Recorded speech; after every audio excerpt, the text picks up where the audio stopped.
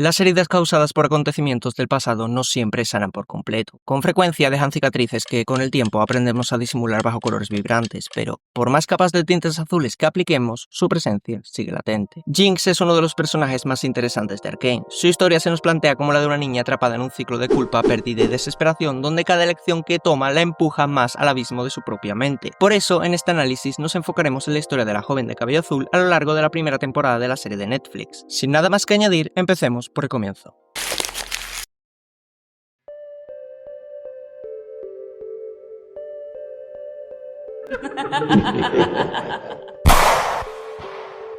Nuestra protagonista nació en el distrito suburbano de Zaun, bajo el nombre de Powder. El primer dato relevante que sabemos de ella es que en sus primeros años de vida creció arropada por el cálido amor de sus padres junto a su hermana mayor, Violet. Sin embargo, la estabilidad de su infancia se desmoronó de forma trágica cuando un conflicto entre Zaun y la ciudad vecina de Piltover se llevó la vida de sus padres. Desde ese preciso instante, ella y su hermana quedaron huérfanas y tuvieron que arreglárselas para enfrentar un mundo que no está diseñado para la fragilidad de la niñez. Fue entonces cuando Vander, un líder local con un fuerte sentido de protección hacia los suyos y que además era amigo de la madre de las niñas, las acogió como si fueran sus propias hijas, junto a otros dos huérfanos llamados Milo y Clagon. Bajo la protección de aquel hombre, la joven creció en un entorno donde, a pesar de la pobreza y los peligros de Zaun, pudo ser relativamente feliz. Sin embargo, encontrar su propio rol dentro del grupo de hermanos nunca fue fácil. Milo en específico siempre la veía como una carga y la llamaba Jinx, que se traduce al español como gafe, cada vez que algo salía mal por su culpa. Si viste mi análisis sobre Helio, y si no, pues te dejo aquí una tarjetita y te lo dejo también al final del vídeo para que lo veas después, sabrás lo catastrófico que puede llegar a ser que un infante se vea sometido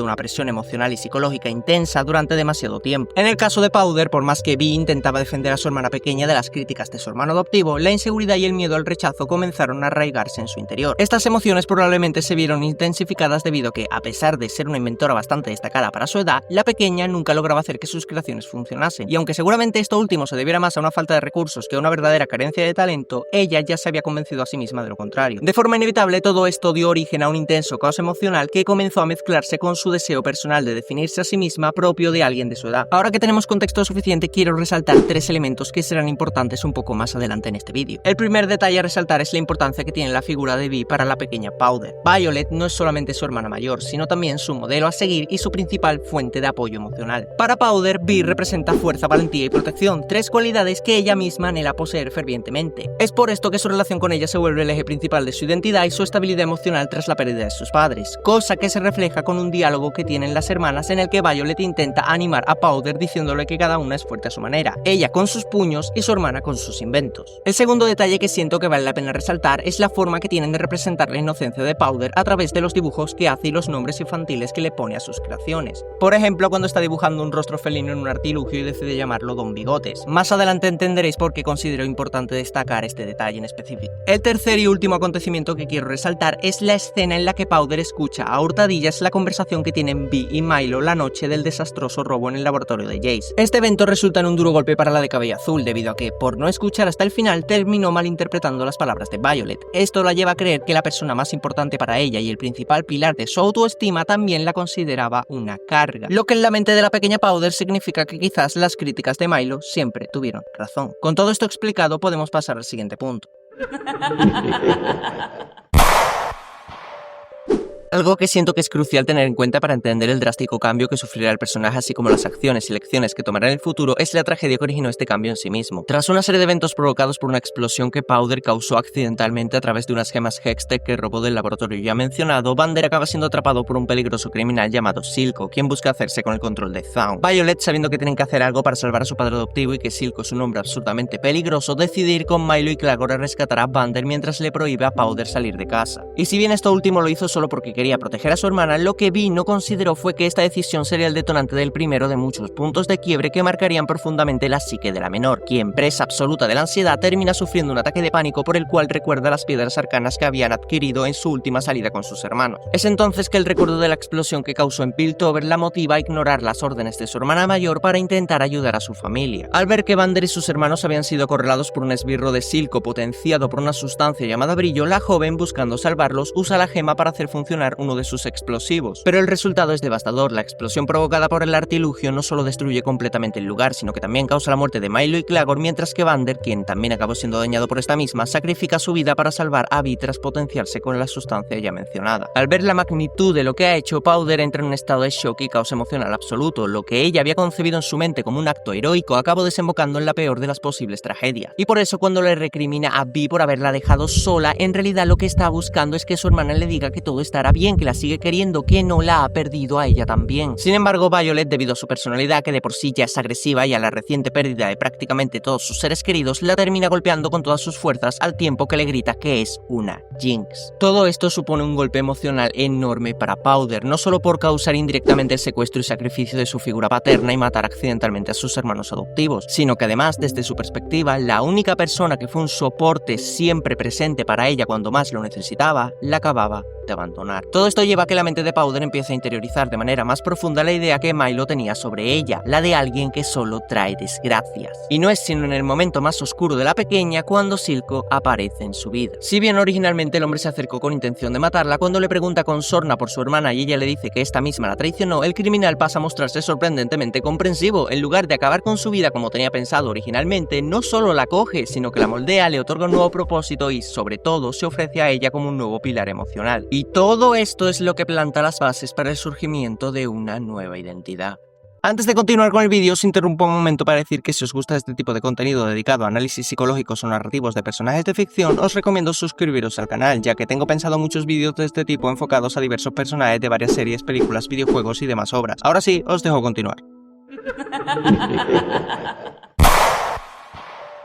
Tras aquella trágica noche, la pelea azul creció en las calles de aquel infierno repleto de humos tóxicos, pensando que su hermana había muerto. En este tiempo se volvió la mano derecha de Silco, quien ahora es el nuevo jefe de Zaun y busca la independencia de la misma ciudad a cualquier costo. Jinx, por su parte, se ha convertido en su carta más valiosa, una experta en explosivos de combate que, con su genialidad y su actitud temeraria, causa caos y destrucción de forma indiscriminada. Pero bajo esta máscara de confianza aparente que porta la joven, los eventos de su infancia aún la siguen atormentando. Y esto lo podemos notar claramente solamente con ver su deplorable estado mental. Escucha voces, tiene alucinaciones en las que Milo y Claggor se meten con ella y desarrolla un evidente estrés postraumático que la hace estar alerta de manera constante. Todo esto causa que sea incapaz de tener un descanso a nivel psicológico por mantenerse con altos niveles de ansiedad de forma continuada, lo que la termina volviendo altamente inestable. Situación que se ve empeorada porque lo más cercano que le queda a un padre, en vez de ayudarla a aprender a gestionar su dolor, le inculcó que debía reprimir su pasado. La cuestión aquí es que al no afrontar el dolor directamente y tratar de negarlo de manera constante, la joven termina siendo incapaz de asimilar lo sucedido con su hermana cuando era una niña, lo que se demuestra cuando Jinx le da un brote psicótico solo por ver a alguien con el mismo color de cabello que tiene Violet. Esta incapacidad de asimilar el dolor del pasado provoca que su identidad termine en una encrucijada entre lo que fue en el ayer y lo que es a día de hoy. ¿Recuerdas lo que te dije de los dibujos y los nombres que le ponía a sus inventos cuando era niña? Pues bien, aun siendo Jinx, ella sigue mostrando cierta pasión por la pintura y aún le pone nombres tontos a sus armas. Es más, hay una escena en la que literalmente dice que su minigun se llama Pau Pau y se pone a hablar con la misma arma, lo que no solo refleja su decadente estado mental, sino que también podría simbolizar que, por más que se esfuerza en aparentar todo lo contrario, en el fondo aún sigue buscando desesperadamente lo mismo que cuando era una niña indefensa: amor y aceptación. Es por eso por lo que ha estado trabajando para Silco todo este tiempo, porque por más que es evidente que el criminal la está utilizando, él la sigue queriendo y protegiendo como a su propia hija. Sin embargo, y como veremos a continuación, esa tendencia inculcada por el propio Silco a reprimir sus traumas acabará trayendo consecuencias nefastas para la vida de Jinx.